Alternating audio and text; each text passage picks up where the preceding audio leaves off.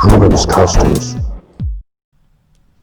You know, it really bothers me when action figures don't have separate elbow pieces, because you can't bend the arm enough. Let's see if I can get it to bend the way I want by shaving away some of his bicep.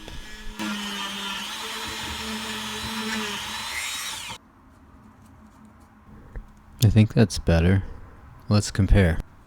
So it started with like a 90-degree bend there, and now it's more of a 45-degree angle. Well, I'm kind of thinking of making his bicep longer, so I'm going to heat that up and pop that off. I'm just going to look. Okay, I think this would be a good length. I'm just going to fill this in with some plastic.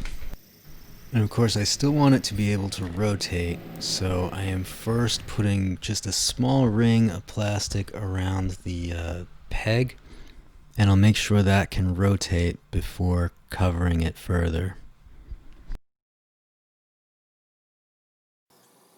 I think I'll be happy with this added length. Now I'm going to poke some holes in the other part of the arm so the plastic will have something to grab onto.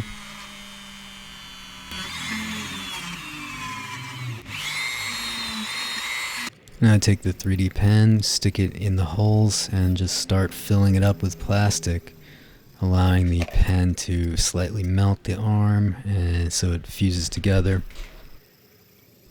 Okay, it feels like it's in the right position now. You just have to sort of bulk the area with additional plastic.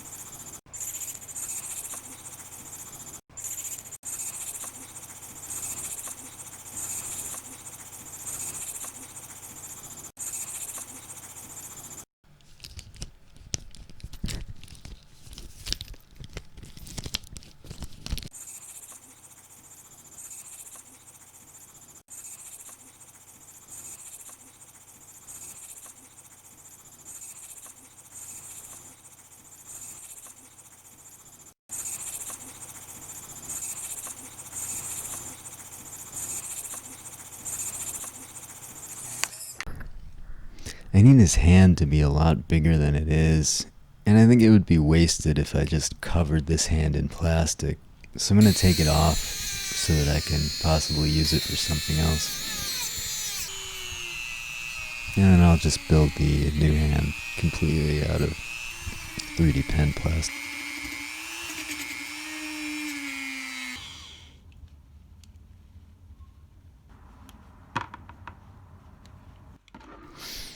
Now I'm poking holes in what remains of the hand so that the new plastic can grab on.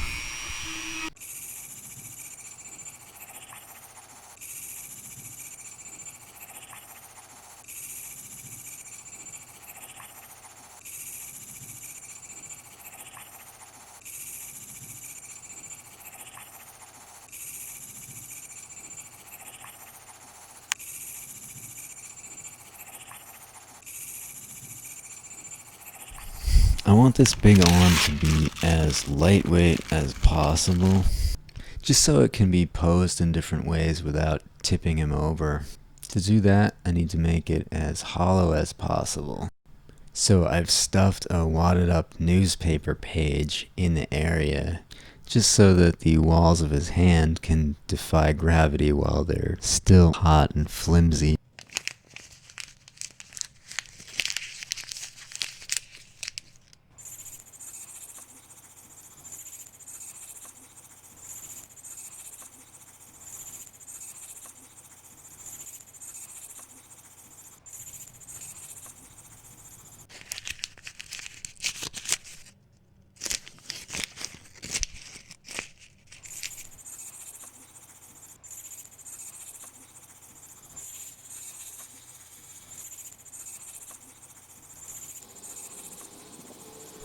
Okay, now I want to make his forearm a little shorter. So I'm going to heat his hand up, pop it off, and then cut that forearm in half.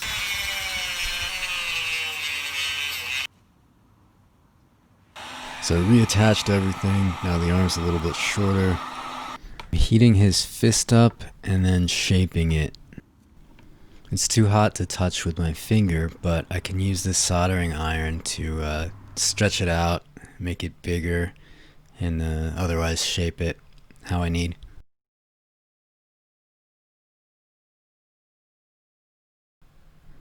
I'm thinking now that that little piece in his wrist that connects the hand is a little too small, a little flimsy. Might need to replace that. So I'm going to pop that hand off. First heat it up and put all it off with the plier. See, I don't like that peg. See, it's almost the same thickness throughout, which means it's not very good at staying in there. So I'm going to use this washer as a sort of template to build the holes in his hand.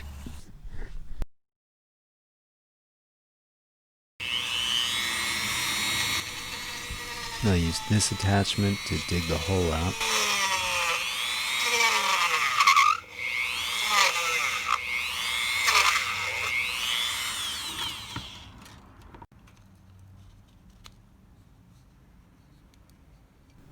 Okay, and then I'll do the same thing on the other side.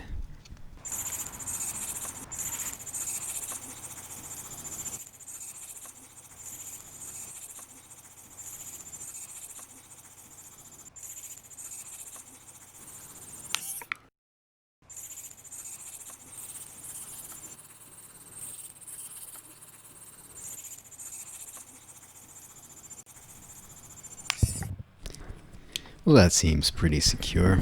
You see this this peg I made here? It's a lot sturdier than the one they had.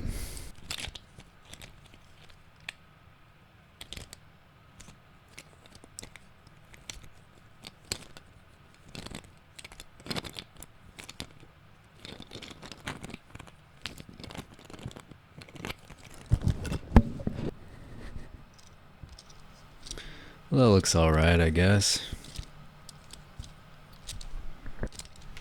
But who really likes to leave well enough alone? I think I'm gonna chop this up and make him a separate elbow piece. You know, for better and more accurate arm bending.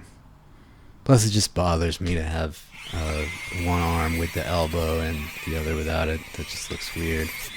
So let's mess this up. Just slicing right down there and pull that apart.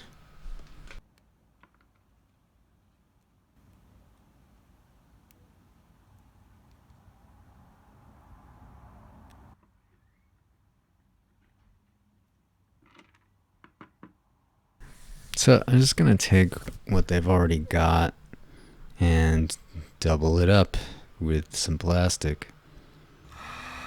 So I take this disc, heat it up, and then I'm going to compress it with a heavy weight. Just like that. And that seems to be making these pieces really strong. Really dense, strong plastic. So then I take that and I stuck two of those together and poked some holes in them. Now I got an elbow. I'm taking chopsticks to be the pins. And of course I will trim these later. I'm just leaving them a little longer so that I can take them out easier. Right, I've got the first part of it bending the way I want. Now I'm going to take two more flat pieces, stick them together to be the forearm, and I'm just going to drill straight through them and stick another chopstick on there to attach it. So first I drill straight through with the skinnier piece and then get this one to widen the hole to the right size for the chopstick. It fits right in. So you see I've got these two flat pieces to be the forearm, And now I just need to fuse them together. So here's a sort of model for what I'm doing. See that separate elbow piece? Okay, so I'm putting down some magazine, and just so that I don't get any plastic in between, I just want to make a wall connecting the two pieces. And then I'm going to pull the magazine out.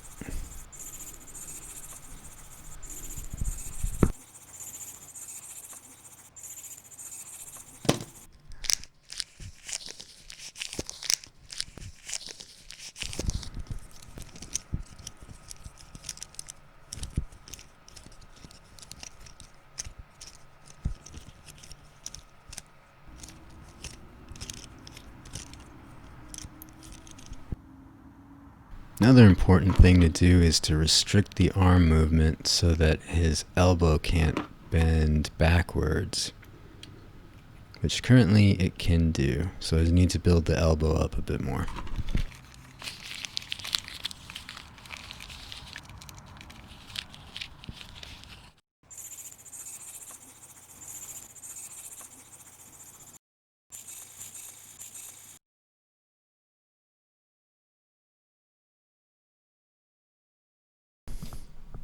Need to bridge that gap to block it from turning this way.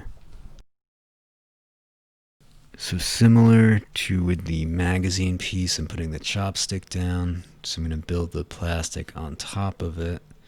That way the plastic doesn't sink down into the joint and fuse it together.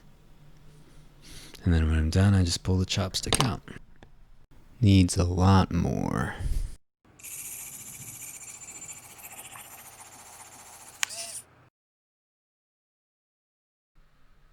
Top part's working better. A few minutes later, and it's pretty good.